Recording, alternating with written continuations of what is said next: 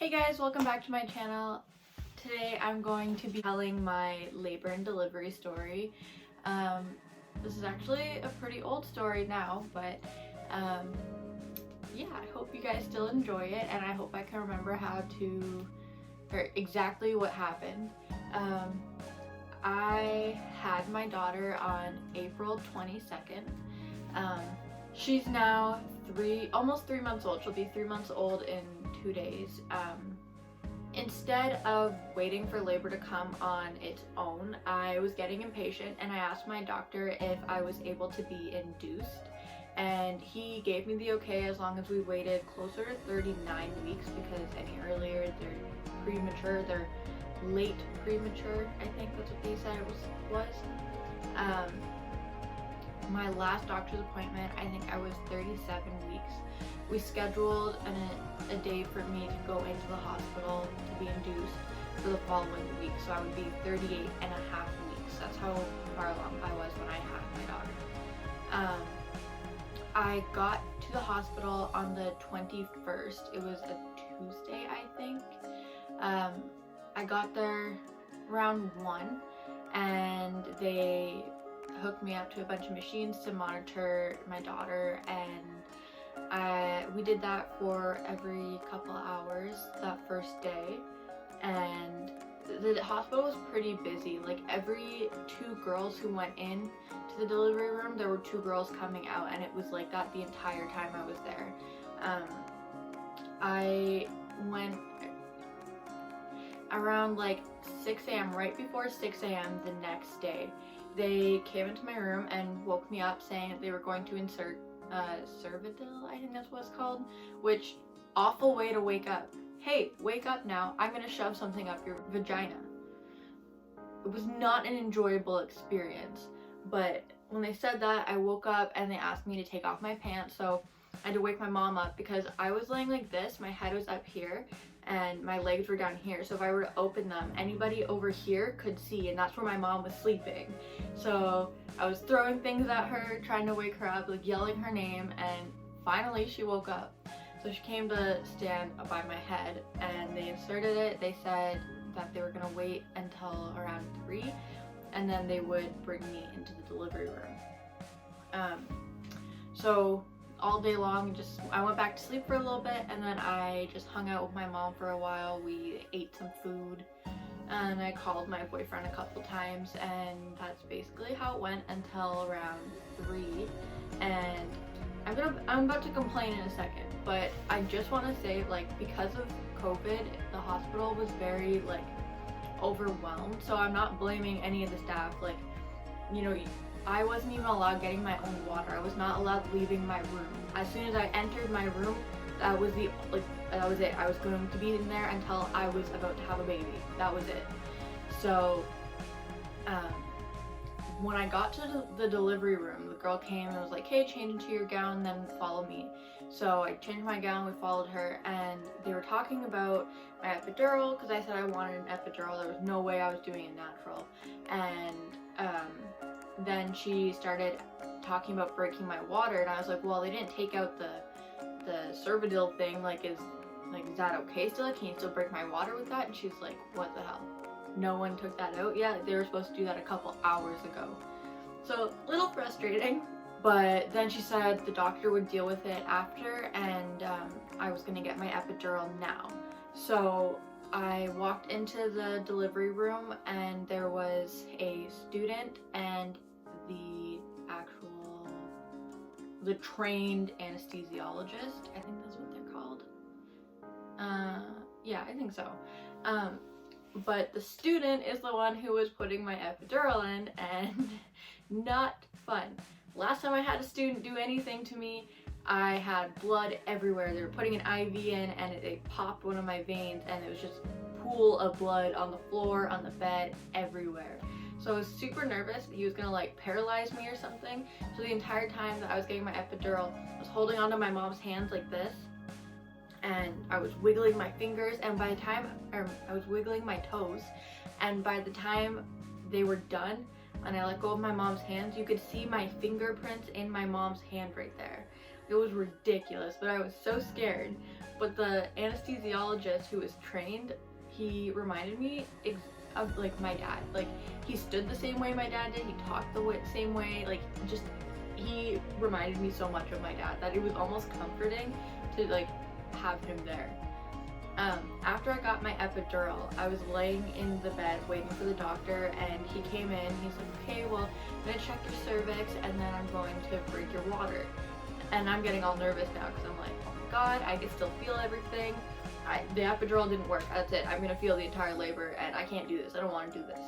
So he checked me, and I was 3 centimeters dilated, and he took out the Cervidil, and then he broke my water, and it was the weirdest feeling I've ever experienced. Like, it just gushed water like all over. I felt it down my legs. I felt it all over the bed. It was weird, but it didn't hurt because I guess my epidural had kicked in by then. The labor went pretty fast after that. Like, it went on for about an hour and a half, 2 hours with like constant contractions, and then they stopped and I went to bed. I took a 45-minute nap, and when I woke up again, contractions started like immediately. So I was 6 centimeters when I woke up again. And this went on for a little while longer. I had people coming in and checking me. I drank like 85 glasses of water and like 10 cups of just ice. And the epidural worked everywhere except for like this spot right here. I felt so much pain right there. Everywhere else though was completely numb. I told my mom that my legs felt like sandbags. Not like heavy, like they felt like sand. And it's true, I still remember like a tingly feeling, like they felt like sandbags. And I had so much of the medication through the epidural. I kept asking like, I need more, I can still feel things. So I had to keep calling the doctor after they ran out of like how much they were allowed to give me. And then they gave me a little more, and they checked me, and they're like, okay, well, you're 8 centimeters now. And they said, let me know if you feel any pressure at all, because that could mean the baby is coming. When you feel pressure, call me back into the room and I'll check you again. I said, okay. She took off her gloves and walked out the room, and as soon as she walked out the room, I looked at my mom and was like, I feel pressure. Like, I feel like I'm going to poop myself. You need to get the nurse back. So she ran and got the nurse, and she checked me again, and she's like, oh, you're 10 centimeters now, like it's time to push. That happened in, like, I swear to God, 30 seconds. I went from 8 centimeters to 10 centimeters dilated. It was ridiculous. So at this point, we're 5.5 hours into the labor. My mom is so mad because she wanted me to have a long and miserable labor just like she had, to kind of like make it seem, or make me not want to do it again. That's what she said. So at this point, she's kind of like, you know, this isn't fair. I had to go through 3 days of labor with you, and you get 6-hour labor. Like, so when I was starting to push, I was told that because of COVID, if there was more than just one nurse in the room, I had to wear my mask. I had to wear a mask.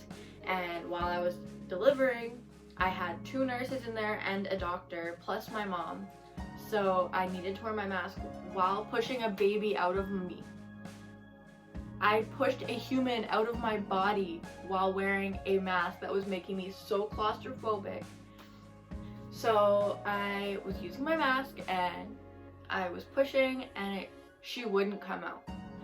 So after another 10 minutes of pushing, the doctor was like, hey, like, we're going to have to use the vacuum.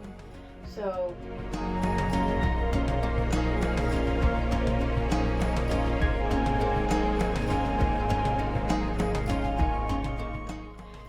he grabbed the vacuum, and I'm waiting for my mom at this point. He puts it in, he's like pulling. I'm waiting for my mom to like tell me if the baby has hair or not, because she said that's what my grandma did with her. She looked and was like, oh, she has hair. So I'm waiting for my mom to tell me, and I'm like, Mom, like, tell me already. Like, why are you not telling me? Like, why are you being mean to me? And I'm getting really mad at my mom, and it's because she couldn't see anything because the vacuum was in there. And apparently my mom said that the doctor had to pull so hard his knuckles were turning white, and like you could see like how like much force he was putting in just through his, like the facial expression. Finally she came out, and I had so much medication, like laughing gas stuff through my epidural. I had so much. I didn't even know she was out until the doctor said, oh, she's out. All I remember when she was coming out was hearing the cords wrapped around her neck, and then she's out. That's all I remember hearing. And then she started crying, and I'm all worried because I hear the cords wrapped around her neck, and then okay, she's out now. Okay, well, is my baby okay? So I'm kind of freaking out. I didn't smile, I didn't cry, I didn't nothing. I'm just like looking at my baby. They put her on me for a minute because I wanted to do the delayed cord cutting. So we waited a minute or two, cut the cord, and then they took her and they were checking her weight and they were making sure she was okay. She was perfectly fine. She weighed 7 pounds and was 18.5 inches long and just absolutely beautiful. I have never seen a baby that cute before. Like, it was just immediate love towards her. After she came out, because we weren't allowed filming while I was in labor, or while I was delivering, so after she came out, my mom scrolled through Messenger, she found my boyfriend, and she FaceTimed him, and she said, she's here, and she's showing the baby to my boyfriend, and he was just amazed. And so he started talking to me after everything had calmed down. I delivered the placenta. Surprisingly, I only had first degree tearing. I thought I was going to rip front to back, but instead I only needed 3 stitches inside, or 2 stitches inside and 3 outside, or the other way around. I can't remember, but I didn't need many stitches. And yeah, so when I had delivered the placenta, I got my stitches, everybody had left, and they were just kind of telling me like I could breastfeed if I wanted to try, and that if I needed anything, just press the button. And they had to wait till my epidural wore off so I could feel my legs and I could go to the bathroom, because I still had I had a catheter in. So I had FaceTimed my boyfriend now, and I'm looking at him. Like, I have my phone here, I have my baby here, and I'm talking with him. I'm like, look at our baby, look at our daughter. And he said, I'm gonna have to call you back. Call me back in like 2 minutes. So I'm like, okay, like this is weird. So I hang up the call and I'm waiting. 2 minutes later, I call him again, and he's at his parents' house. He ran from, and we live down the street from each other, but we live like 2 blocks from each other. It normally takes him like 5 minutes to get there, and he got there in like 30 seconds. So he was like, okay, show me the baby. So I'm showing him our daughter, and he's showing his mom, look at my daughter. It was so cute. My mom had told me when she came out, when I was having her, that she didn't know what to expect because she didn't believe that it was my boyfriend's baby. My mom just wasn't sure, like, because I am 17, right? Like, anything could happen at this point. Or in my mom's head, anything could have happened. So she came out, and as soon as we seen her eyes were just like, they looked exactly like my boyfriend. Like, she is my boyfriend's daughter. I think one of the weirdest parts about my entire delivery was when she actually came out, because on top of like me not being able to feel her, all I could hear after she came out was just a gush of water onto the floor. It's still like, it came out of me, but I didn't know that. I just like, I saw someone like throwing water around. I was just so oblivious. After I delivered, I was in the delivery room for 2 hours waiting to get feeling back in my legs, and even when the nurse came back in and was like, can you feel your legs now? I was like, yeah, I definitely can. I could somewhat. I couldn't feel them completely though. So the nurse helped me to the bathroom, and I tried going pee, I could not go pee for the, like, I could not do it. It was impossible. So I told the nurse that, and she's like, okay, well, that's fine, but, you know, if you don't pee in the next 5 hours, we're gonna have to put a catheter back in. So now I'm all worried. She helps me put my pad on, go back to my room, and I'm laying there, and I'm like, okay, I need to go pee now. How do I make myself pee? Because it's not that I didn't have anything in my bladder, it's that it just wouldn't come out. And I was scared of the burn that I would feel because, well, I just had a baby and I needed stitches. So I was drinking a crap ton of water, hoping that I would just force myself to pee. Got my perineal bottle. I was all set, and finally, 2 hours later, I peed, and I was so happy. I called the nurse because she told me to call her when I peed, and I told her, I went pee, I'm fine now, you don't have to put a catheter in. Please don't put a catheter in. So, yeah. I think the worst part for me, though, was that I had to stay for 2 days after I had her because she had jaundice, and she hadn't eaten in the first 24 hours of her life because I think she was on so many meds that she was so tired and like trying to like sleep it all off. So she wasn't latching, and I wasn't giving her a bottle. She hadn't peed in 24 hours, like since she had been born. She had pooped, but that was it. So after 24 hours, I caved, and I was like, we need to give her a bottle because she's not eating, and I'm not going to be the reason that my baby starved. Fed is best. Not breast, not bottle, just fed. She was happy after she had her bottle. She was full. She was just a happy baby afterwards. But while I stayed, like, I wanted to breastfeed. I wanted to so badly. And the lactation consultant kept coming in and like trying to help me.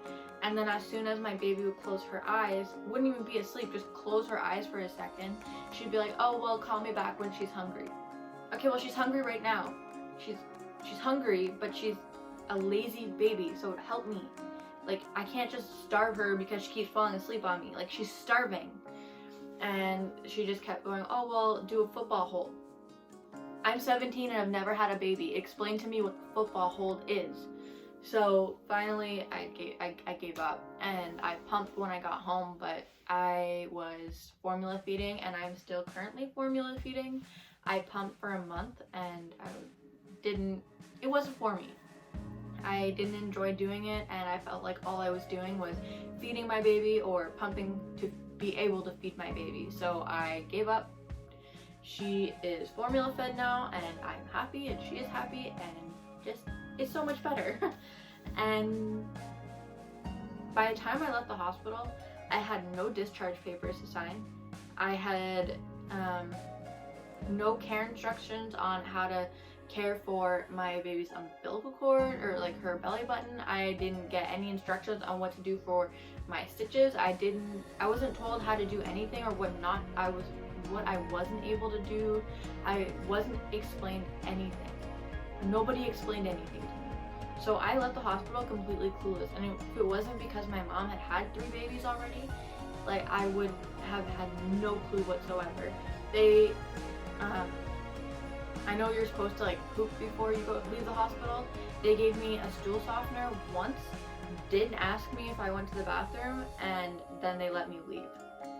It took 4 days after I got home for me to be able to, and I feel like if I had talked to them and they were like, no, it's important that you do this so we know like you're okay, you know, it was a little stressful to me. Like, I know they didn't really have the time, but if I'm a patient, you should be able to make the time for me. I would press my call button and I could hear it in the hallway because I was right beside the nurse's station. I could hear it ringing at their station. They would turn it off, and I could hear it turn off in my room, and then nobody would come, and I'd have to do it again and again and again, and then finally somebody would come. If I can't get my own water, you need to come into the room. If I need something, what happened? They didn't check my stitches at all while I was there. They checked one time. They're like, oh yeah, you're good.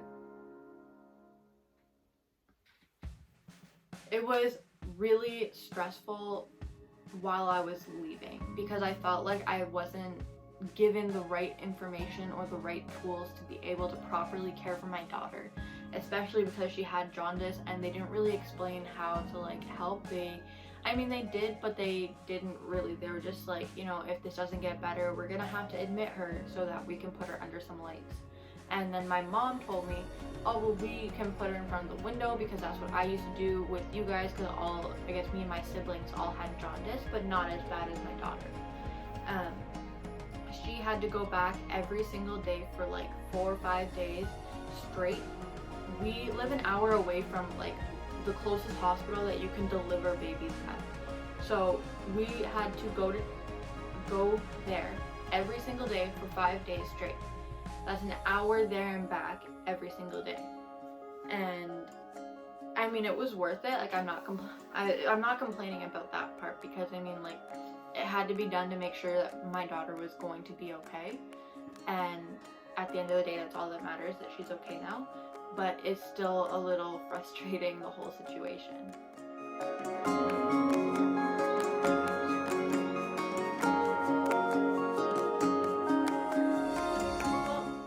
That was my labor and delivery story and a little rant about the hospital, and I hope you guys enjoyed, and don't forget to press the subscribe button down below. I'll see you next time, guys. Bye!